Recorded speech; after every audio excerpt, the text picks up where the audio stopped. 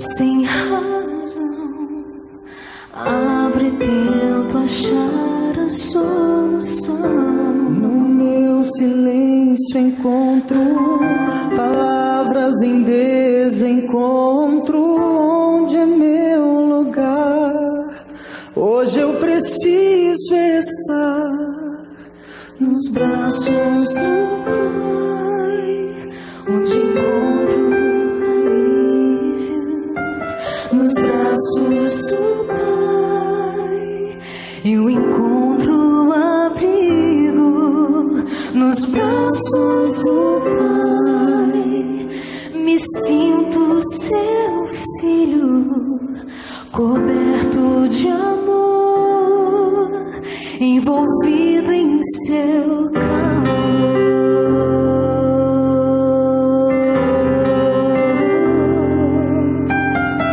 Estou aqui, já não tenho mais com quem contar. Falta paz, faltam forças pra recomeçar. Isso eu te peço, move-me pra bem mais perto de ti, Senhor. Oh, como eu quero estar Nos braços do Pai, onde encontro alívio.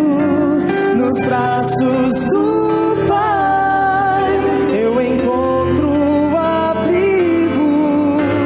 Nos braços do Pai me sinto seu filho, coberto de amor, envolvido em seu calor. debaixo da tua sombra eu descansarei, descansarei.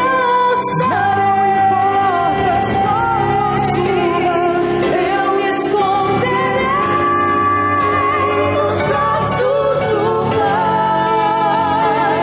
onde encontro alívio. Nos braços do Pai eu encontro abrigo.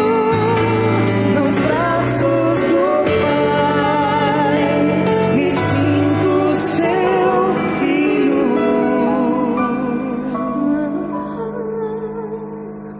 coberto de amor, envolvido em seu calor. nos braços do Pai Eu encontro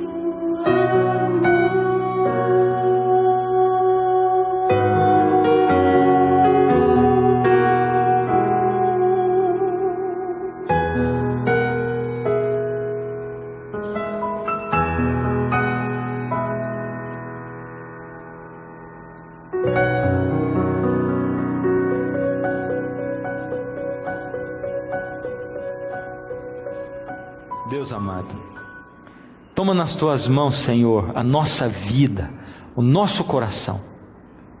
O Senhor deu para nós de presente a liberdade de escolha, Senhor, mas nós estamos entregando nas tuas mãos a nossa liberdade de escolha, porque sabemos que o Senhor escolhe o que é melhor para nós.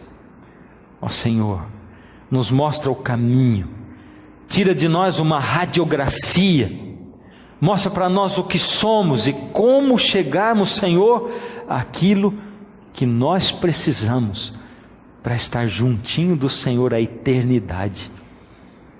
Faz por nós o que nós não podemos fazer. E ao abrirmos a sua palavra, ilumina nossa mente, o coração e a vida, em nome de Jesus. Amém. Vamos usar a Bíblia, a palavra de Deus. Quero convidar você para abrir a sua Bíblia em Mateus, no capítulo 13. Mateus, o primeiro dos 3 evangelhos, dos 4 evangelhos. Mateus 13, o primeiro livro do Novo Testamento.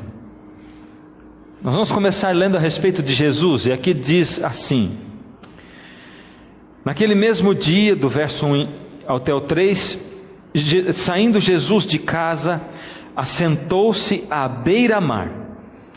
As grandes multidões se reuniram perto dele, de modo que entrou num barco e se assentou, e toda a multidão estava em pé na praia. E de muitas coisas lhes falou por parábolas. Jesus contou: eis que o semeador saiu a semear, e ao semear, uma parte caiu à beira do caminho, e vindo as aves, a comeram. Outra parte caiu em solo rochoso, onde a terra era pouca, e logo nasceu, visto não ser profunda a terra. Saiu, porém, o sol, a queimou, e porque não tinha raiz, secou-se. Outra caiu entre os espinhos, e os espinhos cresceram e a sufocaram. Outra, enfim, caiu em terra boa e deu fruto, a 100, a 60 e a 30 por um. Quem tem ouvidos para ouvir, ouça. Uau! O que é isso que o Senhor estava querendo dizer? Na verdade, na parábola do semeador, como nós já comentamos num programa atrás, a semente é a palavra de Deus, e o solo é o meu coração, é o seu coração. Por isso, quando Jesus falou e contou a parábola do semeador, ele estava falando de como ele se comunica através da palavra de Deus com você, comigo. Jesus estava querendo falar de relacionamento, ele estava querendo falar de tempo junto, de jogar conversa, de conversar, de dialogar, de falar das coisas mínimas da vida, de contar para ele, de ouvir a voz dele, de conversa mesmo, ao pé do ouvido. Ele está falando de como ele deseja ir ao fundo da alma da pessoa. Ele estava dizendo como ele deseja tocar no fundo do seu coração, da sua alma, e fazer a diferença em você e na sua vida, influenciar positivamente. Mas quando Jesus olhou para aquela multidão, logo de cara ele diz assim: não se enganem, porque no meio dessa multidão, como no meio desse auditório, dessa igreja hoje à noite, existem 4 tipos diferentes de coração. Não são todos solo bom, não são todos vocês de coração bom. Na verdade, vocês estão misturados. São 4 tipos diferentes de coração. Um coração é aquele coração representado pela semente que caiu na beirada do caminho, e as aves vieram e comeram. O outro está representado por aquele terreno, solo rochoso, e a planta nasceu, chegou até lá no fundo da terra. Não sei como é que conseguiu com aquele tanto de pedra, né?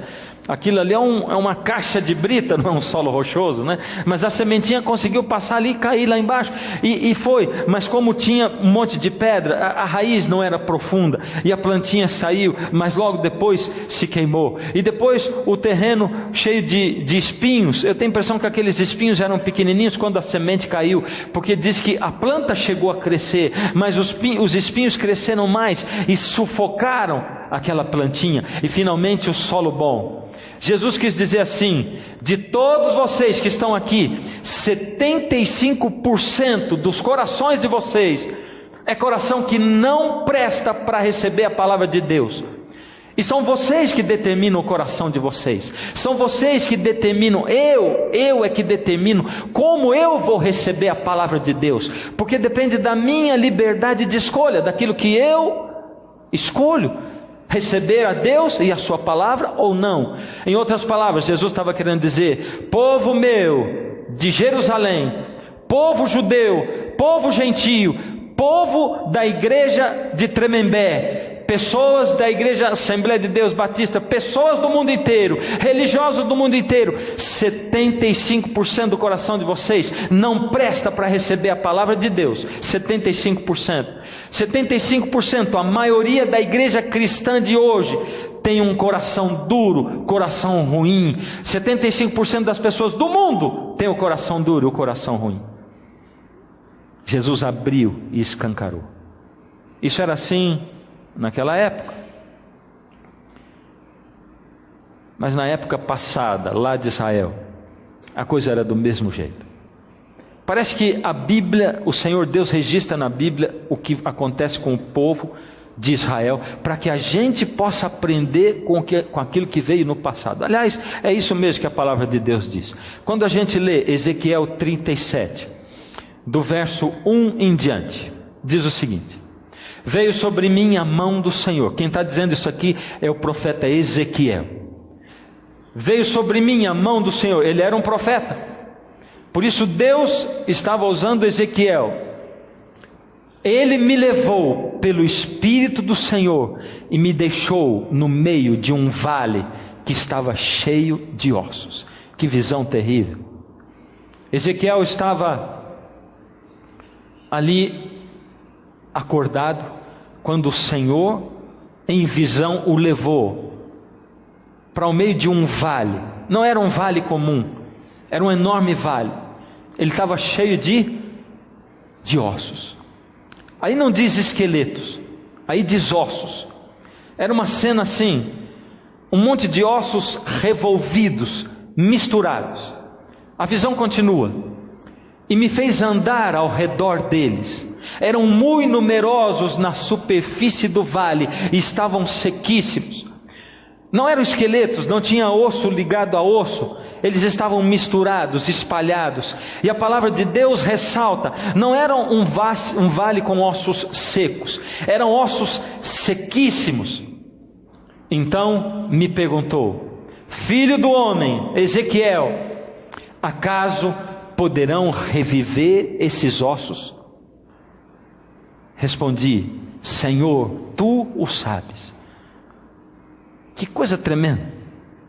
Que tremenda visão era essa? Deus levou o profeta para o meio de um vale cheio de ossos sequíssimos e fez uma pergunta para ele: Ezequiel, você acha que esses ossos sequíssimos não são nem esqueletos, eles podem reviver? E o profeta olhou para o Senhor Deus e disse: Senhor, tu o sabes. Como quem diz: Senhor, se o Senhor quiser que eles revivam, eu sei que para o Senhor nada é impossível. Então o Senhor revelou para o profeta Ezequiel quem eram aqueles ossos secos. Ele disse: então me disse, filho do homem, esses ossos são toda a casa de Israel. Eis que eles dizem: os nossos ossos se secaram e pereceu a nossa esperança, estamos de todo exterminados. Por que o povo de Israel estava assim? Deus revelou que os ossos secos eram o povo de Israel, e que eles estavam nessa situação como ossos sequíssimos, não eram nem esqueletos. Por que eles estavam assim? Porque na verdade, no ano 586 a.C., Judá foi tomada pelo rei Nabucodonosor e Babilônia, do reino de Babilônia. Jerusalém e o templo foram destruídos. Essa história tem voltado aos nossos assuntos programa após programa, não é verdade? Nabucodonosor, nós fomos desde quando Deus avisou, Deus anunciou, Deus mandou os profetas, Deus diz: vocês estão indo longe demais, vai acontecer que vocês vão ser destruídos, alguém vai invadir vocês estão indo longe do meu alcance. Agora aconteceu, Jerusalém foi invadida, foi destruída, o templo foi colocado abaixo, tudo destruído. Foram levados cativos para a Babilônia 10.000 judeus. Entre eles estava Daniel e os seus companheiros, entre eles estava Ezequiel também. E 5 anos depois de passarem no cativeiro babilônico, eles iam ficar 70 anos lá. 5 anos depois, Deus chamou Ezequiel para ser profeta, e Ezequiel iniciou o seu ministério profético. Ezequiel foi falar com aquele povo, porque aquele povo estava em cativeiro, e aquele povo no meio do cativeiro tinha perdido a sua terra, tinha perdido a sua nação, eles tinham perdido as suas casas, muitos deles, a maioria tinha perdido a sua família, muitos deles tinham perdido a esperança, eles já não tinham esperança mais, eles tinham perdido a autoestima. Quem sabe você já perdeu tudo na sua vida alguma vez? Quem sabe você esteja endividado, mas a sua experiência não chega nem aos pés do que aconteceu com o povo de Israel. Aquele povo tinha perdido a sua autoestima, eles tinham perdido a sua esperança. Por isso eles diziam o tempo todo: os nossos ossos se secaram. Esse era um ditado que o povo vivia dizendo. O povo de Israel não tinha mais identidade com Deus, eles foram longe de Deus, foram levados cativos, derrotados, tinham perdido o seu templo, tinham perdido a referência de Deus. E o salmista descreve como aquele povo reagia. Lá em Salmo 137:1 ele diz: às margens dos rios da Babilônia, nós nos assentávamos e chorávamos, lembrávamos de Sião. Nos salgueiros que lá havia, pendurávamos as nossas harpas, o nosso instrumento de louvor, pois aqueles que nos levaram cativos nos pediam canções, e os nossos opressores pediam que fôssemos alegres, dizendo: cantem para nós alguns dos seus cânticos de Sião. Como, porém, haveríamos de entoar o canto do Senhor, estando nós em terra estranha? O salmista descreve muito bem isso. Ele diz: e tem mais, além da gente estar com a autoestima lá embaixo, além da gente ter perdido tudo, além da gente ter perdido a nossa nação, a nossa referência de Deus, eles ficavam mexendo com a gente, atiçando a gente. Parece que quando a gente está mal, se sentindo mal, aí Satanás manda gente para atormentar a cabeça da gente, né? Gente que vem colocar o dedo na sua cara e dizer: você está errado, sabe por que você está fazendo isso? Você mereceu isso. Parece que quando a gente está afundado na depressão, aí vem os heróis da fé, os grandes entendidos da fé, diz: você está passando por isso, sabe por quê? Isso é falta de fé, não é verdade? E aí deixa a gente mais afundado. Outros, nas boas intenções, chegam e dizem assim: não fica assim, olha para a sua vida, olha para a família que você tem, olha, você tem um bom esposo, você tem filhos, você tem uma casa, olha quantas coisas. Aí você se sente pior ainda no meio da sua depressão, né? Porque você diz: eu sou um miserável mesmo, porque eu tenho tudo isso e não consigo nem ter vontade de sair de dentro do meu guarda-roupa, porque a minha vontade é entrar lá e não sair de lá nunca mais. Parece que quando você está lutando e está sendo derrotado pelo inimigo, porque você tem um espinho na sua carne, quem sabe a sua luta é contra a sexualidade excessiva, vício sexual, pornografia. Quem sabe você está lutando contra o vício do fumo, do álcool. Quem sabe você está lidando contra o vício da comida, mas você está derrotado, já pediu para Deus 1 milhão de vezes e não consegue vencer, 1 trilhão de vezes. E você aquele dia caiu de novo, está se sentindo arrasado. O inimigo já veio para você e diz assim: você não devia nem ir para a igreja, você é um miserável, você não merece nada. Como é que você tem coragem de comparecer diante de Deus? Ainda o inimigo manda gente para vir e colocar você abaixo, para brincar com a sua desgraça. A sua esposa traiu a você, vem lá o seu amigo, entre aspas, rir de você, brincar com você. Brincadeiras que não são brincadeiras, que acabam com a gente quando a gente já está acabado. Aquele povo de Israel não era nada a não ser um vale de ossos secos. Deus tinha escolhido aquele povo para ser o seu representante na terra, para viver o evangelho. Tinha escolhido e dado instruções para eles terem mais saúde, para eles terem melhores, ter o seu lar melhor, para terem uma comunicação com seus filhos, marido e esposa, conviverem melhor. Deus tinha dado indicações na sua palavra para que eles pudessem dirigir melhor o seu país, tivessem saúde, porque Ele tinha dado leis de saúde para o povo também. Mas aquele povo agora perdeu tudo. Algumas vezes na vida da gente, a gente perde tudo em relação a Deus, a nós mesmos, referência de família e tudo. Não são poucas as vezes na vida em que muitos de vocês, e você que está aqui essa noite, não foram poucas as vezes em que você olhou e pensou: quem sabe teria sido melhor, quem sabe seria melhor se eu morresse, porque eu tenho pelo menos um seguro de vida miserável, que se eu morrer, a minha esposa vai receber o seguro, porque eu estou enterrado em dívidas. Não foram poucas as vezes em que você desistiu da vida e você se sentiu um vale de ossos secos. Jesus falou com aquela multidão, com ele à beira-mar. O próprio Deus levou Ezequiel para o meio de um vale de ossos secos. O Senhor Jesus escancarou a situação do povo, dizendo: 75% de vocês que vêm à igreja, vocês não vêm para me encontrar, vocês vêm por motivos egoístas, vocês têm o coração ruim, vocês têm o coração duro, vocês não querem me aceitar, vocês querem simplesmente um contato superficial comigo, e quando eu apresento a minha verdade, vocês fogem de mim. O Senhor Deus botou Ezequiel e disse: o meu povo é um vale de ossos secos, porque se separou de mim. Eles foram derrotados, eles são derrotados o tempo todo. Eles são um fracasso espiritual. O mundo não pode olhar para eles, porque são fracassados espiritualmente e se chamam pelo meu nome.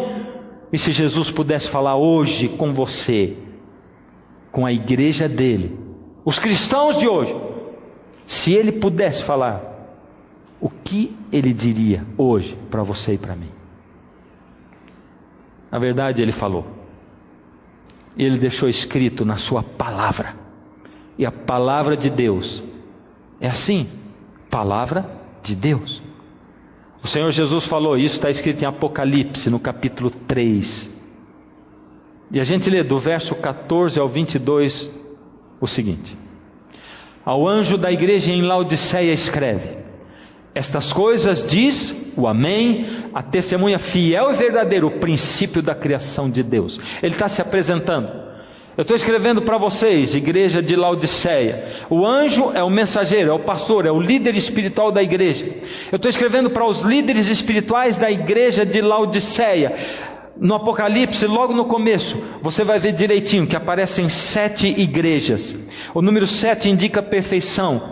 As 7 igrejas representam momentos históricos da igreja cristã. E quando você compara a história com profecia, é a coisa mais excitante do mundo. Você vê como que as profecias foram se cumprindo. Por isso a igreja de Laodiceia, ela representa a última igreja cristã que vai estar vivendo nos momentos da volta de Jesus, que somos nós hoje. Por isso ele está dizendo, eu estou dizendo para você que é a igreja de Laodiceia, você que faz parte dos últimos cristãos que vivem na terra antes de Jesus voltar e colocar o reino dele nessa terra.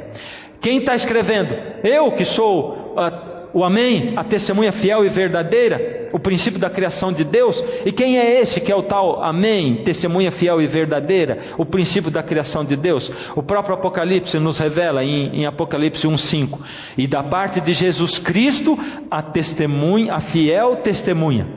Quem é a fiel testemunha? Testemunha fiel e verdadeira é quem?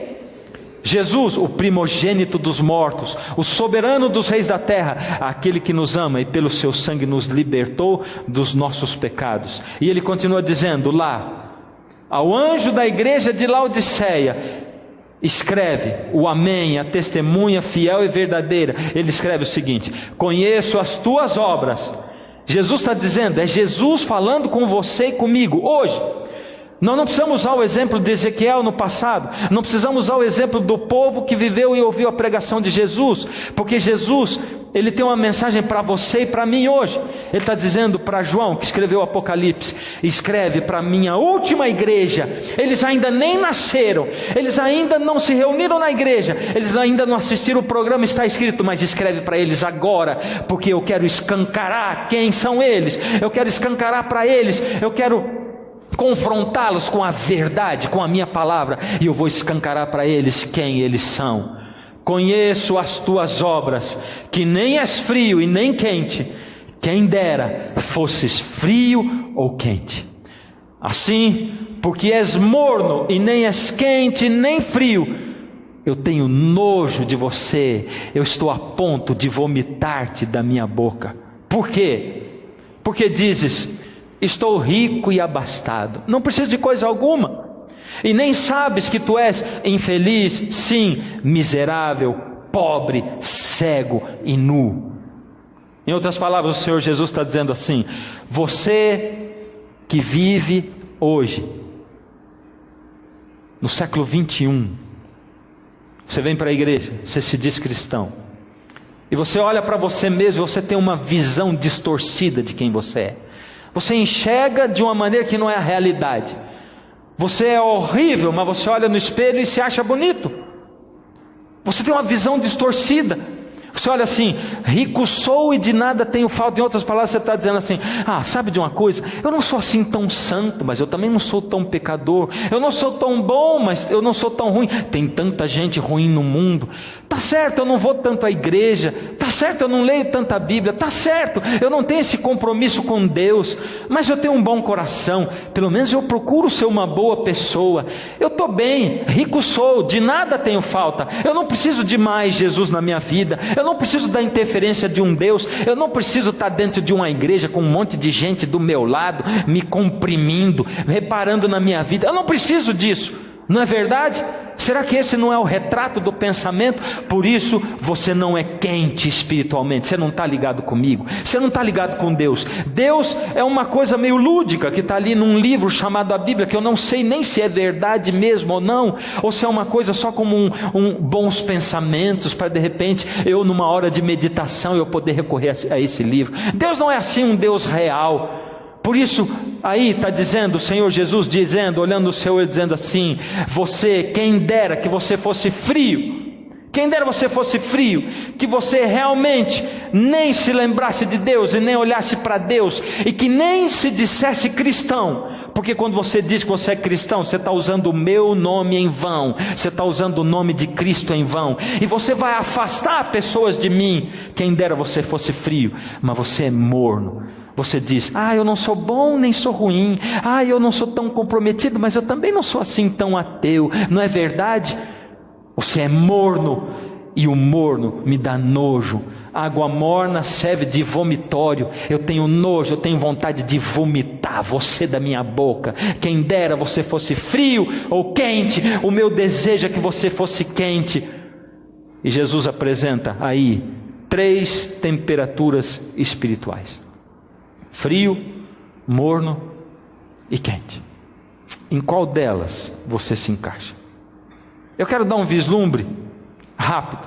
Satanás foi o único que conseguiu espiritualmente descer de uma vez, sem nunca ter tentado subir. Jesus diz: vi Satanás cair do céu como um relâmpago. Ele veio vertiginosamente, ele pecou, ele escolheu se separar de Deus, e ele não quis mais nenhum tipo de contato com Deus.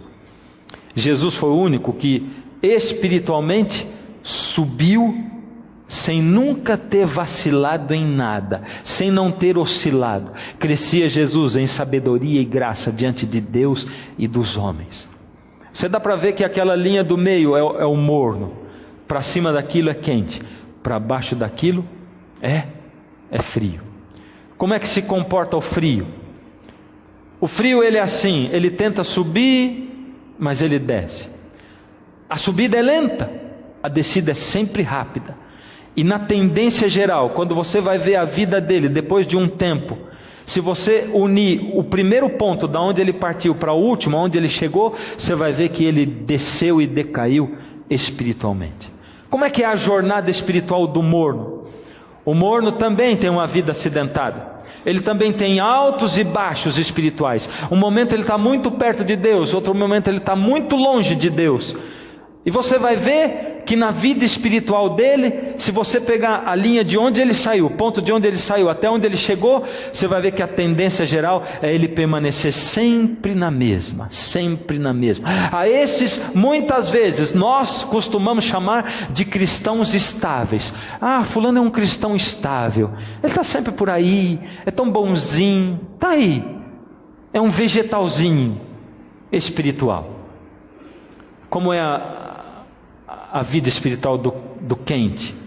Ele também desce rapidamente, porque a queda que a gente tem sempre é uma queda rápida. Mas você vai ver que se você unir o ponto de onde ele saiu para onde ele chegou, no geral, ele está em subida franca. A subida é sempre mais difícil. Subir, crescer com Jesus é sempre difícil. E Jesus está dizendo para você e para mim: tente se achar aqui no meio. Você vai crescendo espiritualmente ou você vai descendo? Mas toma cuidado quando você fizer esse questionamento, porque o morno, ele tem um problema. O morno em geral, ele acha que o morno é o outro e que ele é o quente. Ele não tem problema de visão? Ele não diz: rico sou e de nada tenho falta? O morno acha que o morno é sempre o outro. Ele olha para o frio e diz: aquele é morno, eu não, eu sou quente. Aí ele olha para o quente e diz: aquele é fanático, exagerado. Ele não come isso, não come aquilo, não faz isso, não faz aquilo outro. É até chato convidar ele para a festinha, porque ele não come de tudo que a gente come. É chato convidar para assistir um filme com a gente, porque ele de repente olha para o filme, ele nem gosta, acaba nem assistindo o filme, a gente não sabe nem o que fazer com ele. E eu sei que nesse momento tem um monte de fanático feliz da vida, porque tem fanático também dentro da igreja. Tem ou não tem? E de repente os fanáticos estão cobertos de razão e pensando: uau, finalmente alguém falando sobre mim, me defendendo. Deus não quer ninguém em ebulição. Nem existe essa temperatura espiritual, está fora do que Deus previu. Existe frio, morno e quente. Em ebulição não dá, faz a tampa cair da panela, derruba toda a água. Não dá, é frio, morno ou quente. Deus quer a gente quente. E aí você pode dizer: ué, mas como é que eu vou saber então quem é quente, quem é frio, e quem é morno e quem é fanático?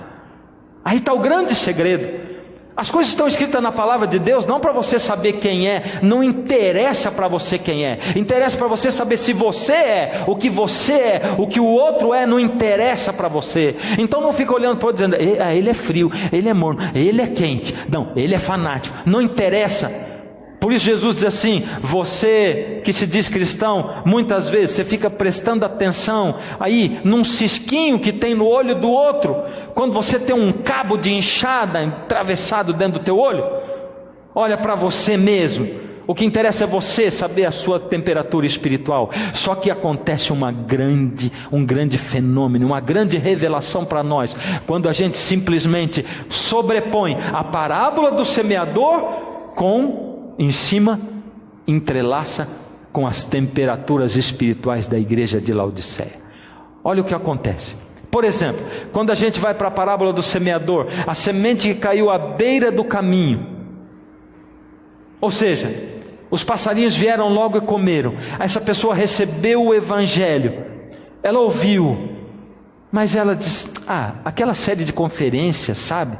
Aquela gravação do programa está escrito lá na igreja de Tremembé, lá entre Taubaté e Tremembé. Foi tão legal, eu fui. Mas depois que acabou, sei lá, eu perdi o gosto de ir na igreja, não fui nunca mais.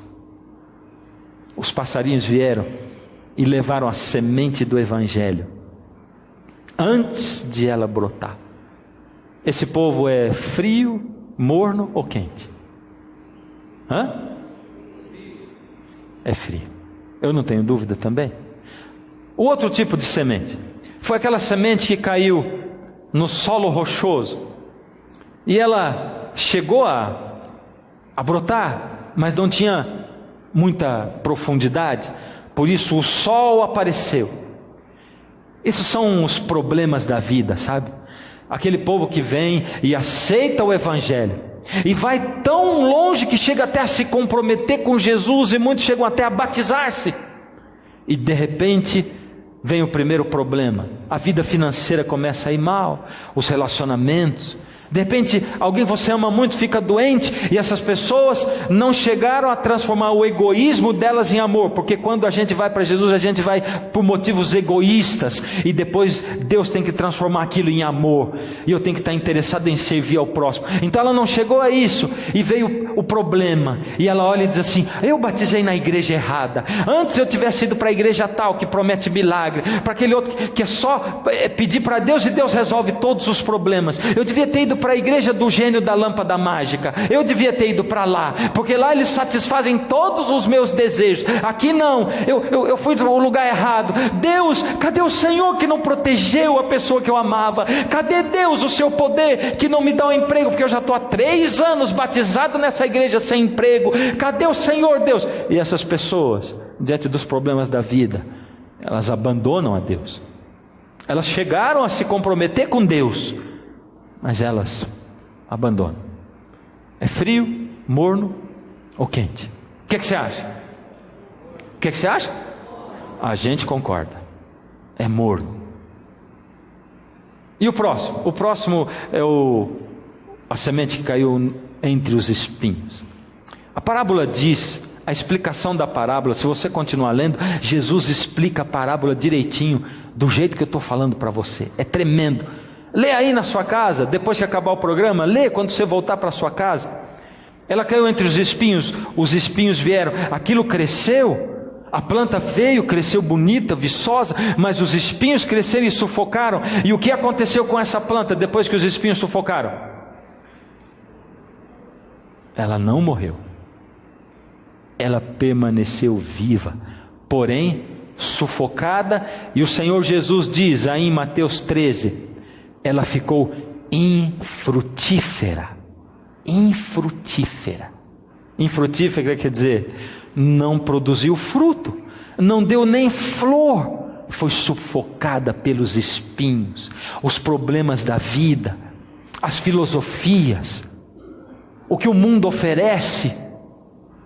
Ela ficou assim, meio lá, meio cá, e ela não produziu frutos, por isso ela não viveu o cristianismo, e por isso ela não conseguiu trazer ninguém para Jesus, ela não serviu aos outros, ela viveu um cristianismo egoísta, ela engordou espiritualmente, ela é obesa espiritual, porque ela só vai na igreja, ouve as mensagens, ouve, e não compartilha com ninguém, ela não passa para mais ninguém, ela não dá frutos. E o Senhor Jesus lá em João 15, ele diz, todo ramo que não produz e que não dá fruto, o lavrador, que é o meu Pai, ele vem e corta o ramo, ele corta, ele tira da videira. O ramo que está em mim, ele dá fruto. Esse povo permanece na igreja a vida inteira, mas não frutifica. É gente que diz assim, mas eu não sei dar estudos bíblicos. Eu quero dizer um negócio para você, se você aceitou a Jesus, se Jesus entrou no seu coração, se você frequenta a igreja, não existe não sei dar estudo. Não sei, aprende.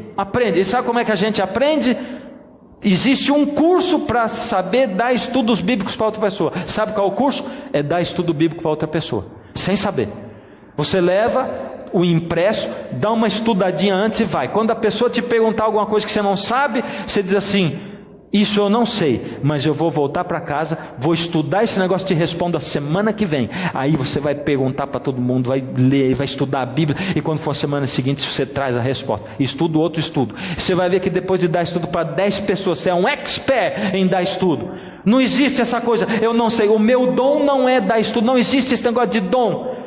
Se Deus coloca o evangelho no seu coração, você fica doido para falar de Jesus para as pessoas. Se olha para alguém abastecendo teu carro no posto e diz assim, como é que eu posso falar de Jesus para essa pessoa? E você vai e fala de Jesus para ela. É Jesus transbordando da sua alma. Por isso esse povo aqui é o que? É frio, é quente ou é morno?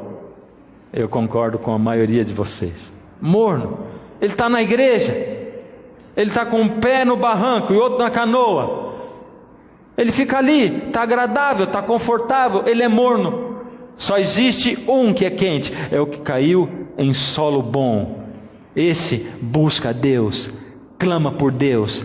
Esse aí acorda antes, na madrugada, ora, quando Deus o acorda no meio da noite, e ele percebe, por que será que eu perdi o sono? Ele não diz assim, ai meu pai, preciso tomar um remédio para insônia. Não, ele ajoelha e vai orar, diz, Deus me acordou, vou falar com Deus. E depois de você falar com Deus, e ouvir a voz de Deus, e pegar a palavra de Deus, aí você vai orar de novo, você vai ver como é que o sono vai vir, e você vai dormir tranquilo, porque Deus está querendo falar com você. E Jesus está reafirmando, e está dizendo para você e para mim, 75% do solo do coração de vocês não presta para receber a minha palavra de Deus. Alguma coisa tem que acontecer aí, tem que haver uma mexilança, tem que ter uma solução. Qual é a solução?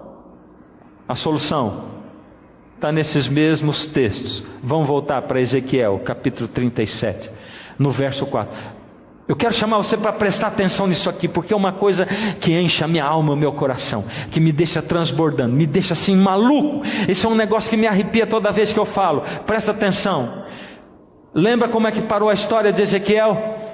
O Senhor Deus levou Ezequiel para o meio de um vale de ossos secos. Não eram nem esqueletos, estava tudo misturado. Um vale cheio de ossos. E a palavra de Deus diz que eram sequíssimos. E Deus diz: esse vale de ossos secos, esses ossos são o meu povo de Israel. Porque eles ficam dizendo: nós estamos tristes aqui no cativeiro, perdemos o nosso povo, a nossa casa, os nossos bens, a nossa família, perdemos o nosso Deus, o nosso templo, a autoestima, nós não conseguimos nem cantar, nem louvar a Deus mais. Os nossos ossos se secaram. Eles são o vale de ossos secos, porque eles são gente que fala que acredita em Deus, mas não vive com Deus, é gente acomodada. Eles são um vale de ossos secos. Aí, então me perguntou: filho do homem, Deus perguntou para Ezequiel, acaso poderão reviver esses ossos? Respondi: Senhor Deus, tu o sabes. Meu Deus, acabei de me arrepiar de novo. Por que acontece toda vez isso? É porque Deus está dizendo para você e para mim: se você colocar na mão de Deus, não interessa que você está morto espiritualmente, não interessa que você seja um cadáver espiritual, não interessa que você seja um esqueleto espiritual, ou simplesmente ossos secos revolvidos. Se você colocar na mão de Deus e clamar e buscar, e não se conformar com a sua situação e dizer: Deus, eu não aceito mais ser o que eu sou, enquanto o Senhor não falar comigo e não me abençoar. Existe uma solução, Deus sabe. Agora olha o que aconteceu. Disse-me ele: profetiza a esses ossos e dize-lhes: ossos secos, ouvi a palavra do Senhor. Meu Deus, me arrepiei de novo.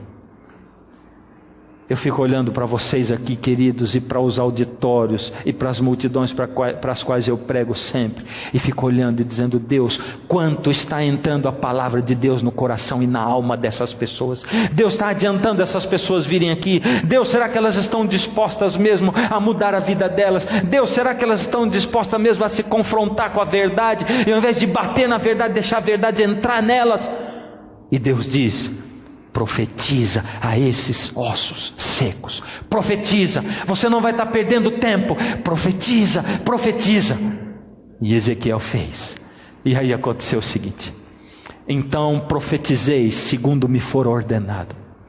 Enquanto eu profetizava, houve um ruído, um barulho de ossos que se batiam contra ossos e se ajuntavam, cada osso ao seu osso.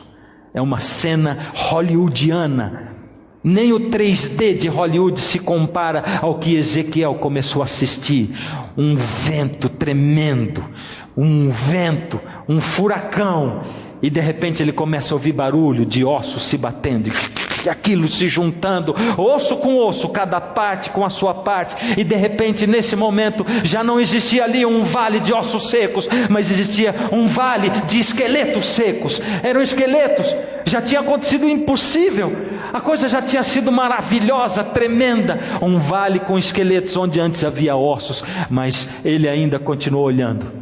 E eis que começaram a se formar tendões sobre os ossos, e cresceram as carnes, e se estendeu a pele sobre eles, mas não havia neles ainda o espírito. Agora já não era mais um vale de esqueletos secos, agora era um vale de cadáveres secos.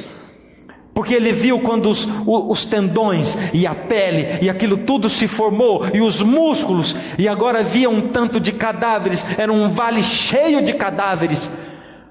Oh meu Deus, isso é começar a crescer espiritualmente. Porque pode ser que você, num momento para o outro, você não seja de repente o expert espiritual, você não seja aquele que vai vencer sempre, mas você vai pelo menos se tornar um esqueleto espiritual, você vai pelo menos se tornar um cadáver espiritual, você vai começar a crescer. E se você cair daqui a pouco para esqueleto de novo, e se você se por acaso descer a osso seco de novo, não tem problema, de novo o Senhor vai levantar você e vai colocar, e o gráfico da sua vida vai ficar assim, até que vai acontecer o seguinte. Então ele me disse: profetiza ao Espírito, profetiza, ó filho do homem, e dize-lhe: assim diz o Senhor Deus, vem dos 4 ventos, ó Espírito, e assopra sobre esses mortos, para que vivam. Uau! Agora, Profetizei como ele me ordenara, e o Espírito entrou neles, e viveram e se puseram em pé, um exército sobremodo numeroso. Meu Deus do céu! Você percebeu que Espírito está com letra minúscula? Vento, sopro. É isso que Espírito com letra minúscula quer dizer na Bíblia. E o Senhor Deus soprou nas narinas de Adão o fôlego de vida, o Espírito, ruach, hebraico, sopro, e o homem se tornou alma vivente, sopro. Deus diz então me disse, verso 11: Filho do homem, esses ossos são toda a casa de Israel. Eis que dizem: os nossos ossos se secaram e pereceu a nossa esperança, estamos de todo exterminados. E o verso 14: porei em vós o meu Espírito, e agora está com letra maiúscula, é o Espírito Santo, em vós o meu Espírito, e vivereis, e vos estabelecerei na vossa própria terra. Então sabereis que eu, o Senhor, disse isto, diz o Senhor. Profetiza ao Espírito: ó Espírito Santo, desce sobre esse povo de coração duro. Ó Espírito Santo, desce sobre esse povo que está conformado espiritualmente com a sua mediocridade espiritual. Ó Espírito Santo, desce sobre essas pessoas que vieram aqui para ouvir a tua palavra e que queriam sair daqui tranquilos como sempre viveram, mas aonde o Senhor vai colocar um incômodo, e o Senhor vai incomodá-los e vai falar com eles. E se não falar com o marido porque ele fechou o coração, vai falar com a esposa e ela vai incomodar o marido, a tal ponto que ele também vai começar a procurar o Senhor. Ó Espírito, entra nessas pessoas, porque o que nós precisamos é do Espírito, é do batismo do Espírito Santo. É só o Espírito Santo que pode mudar a nossa situação, mudar a nossa condição espiritual e nos fazer reviver espiritualmente. Só Ele. E lá em Apocalipse, qual é o conselho de Jesus para você e para mim hoje em Apocalipse? Apocalipse 3:18: aconselho-te que de mim compres ouro refinado pelo fogo, para te enriqueceres, vestiduras brancas para te vestires, a fim de que não seja manifesta a vergonha da tua nudez, e colírio para ungires os olhos, a fim de que vejas. Esse é o conselho para a igreja de Laodiceia. Está escrito 14, mas é 3. Esse é o conselho de Deus para a igreja de Laodiceia. É o conselho de Deus para você receber o Espírito. Já perguntou: como eu recebo o Espírito?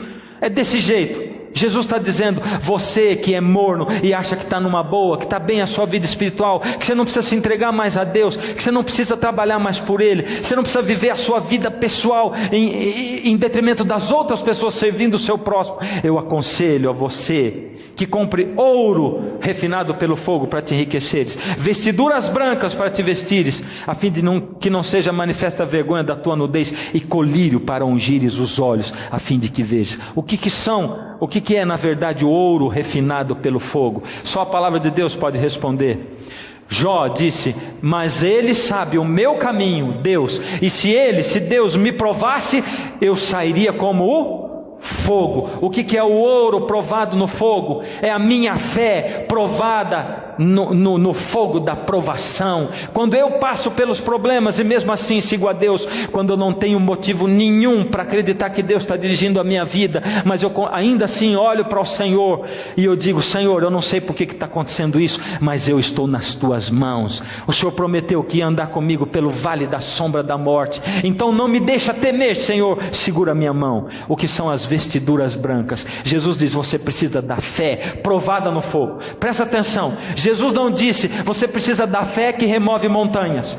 Ele não diz da fé que faz milagres. Ele não diz da fé que cura as doenças, e nem da fé que dá um emprego. Ele diz: você precisa da fé que é o ouro provado no fogo da provação. Você precisa passar pelas provações e ainda assim permanecer fiel a Deus. É disso que você precisa. Você precisa de vestiduras brancas. O que elas são? Isaías 61:10. Regozijai-me-ei muito no Senhor, a minha alma se alegra no meu Deus, porque me cobriu de vestes de salvação e me envolveu com um manto de justiça. É o manto de justiça de Deus, é a justiça de Cristo. Eu sou pecador, eu caio uma vez ou outra tentando seguir a Deus. O gráfico da minha vida espiritual é assim, caindo e levantando. Está certo que eu estou indo, mas eu caio. Por isso eu preciso da justiça de Cristo. Quando eu confesso todos os dias os meus pecados, e eu chego e digo para Jesus: Jesus, me perdoa por misericórdia, porque de novo, Deus, eu olhei para aquilo que eu não devia olhar. E Jesus diz: tá bem, filho, eu perdoo. Do que é mesmo? Senhor, eu acabei de falar, me perdoa porque eu olhei para onde não era para olhar. Tantas vezes eu já pedi perdão por isso, Senhor, mas me perdoa de novo. Tá bem, filho, eu perdoo. Mas do que é mesmo que você está pedindo perdão? Senhor, eu já falei para o Senhor, eu olhei para onde eu não me lembro.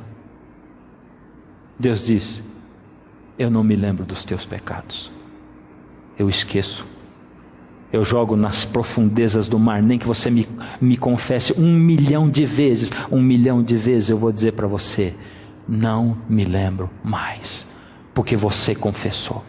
E o ato de confessar faz com que eu esqueça. Eu esqueço e não me lembro. O bom pastor quer ver as ovelhas voltando.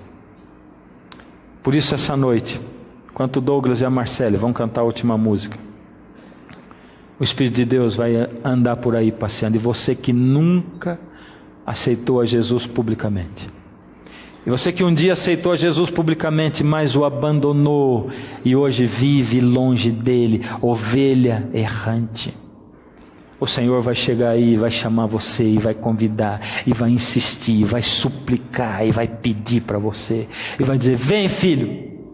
E eu estou esperando. Você vai ter só o tempo da música, enquanto Jesus chama você para vir. E quando a música acabar, eu vou orar. Por isso venha agora. Deixa Jesus falar através da música para você. Deixa Ele no fundo da sua alma. Deixa Ele arrancar a decisão de você. Eu já fui ovelha errante, do pastor eu me afastei, quis seguir os meus caminhos e do aprisco me ausentei. Foi um passo após o outro, sem notar eu me perdi, e já era noite escura. Quis voltar, não consegui, e cercou-me o desespero. Tive medo de morrer, pois o frio congelava, não podia me mover, porque fui assim tão longe que tolice cometi. Se pudesse eu voltaria para nunca mais sair.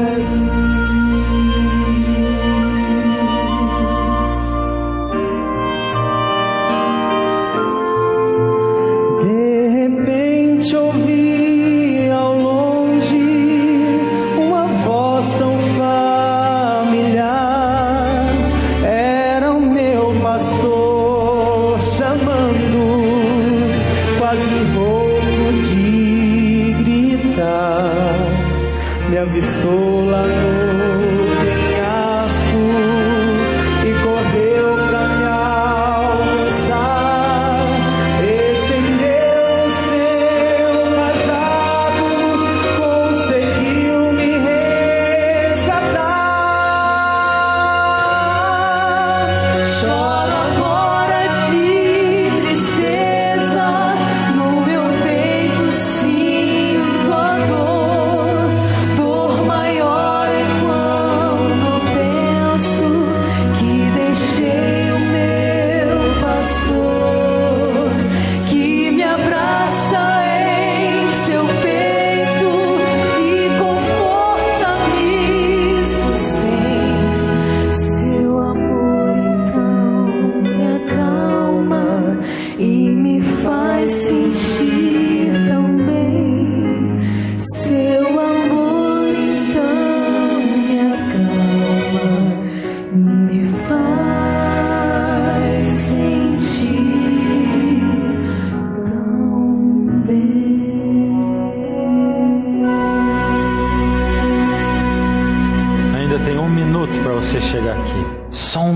de relógio, que já são 50 segundos já.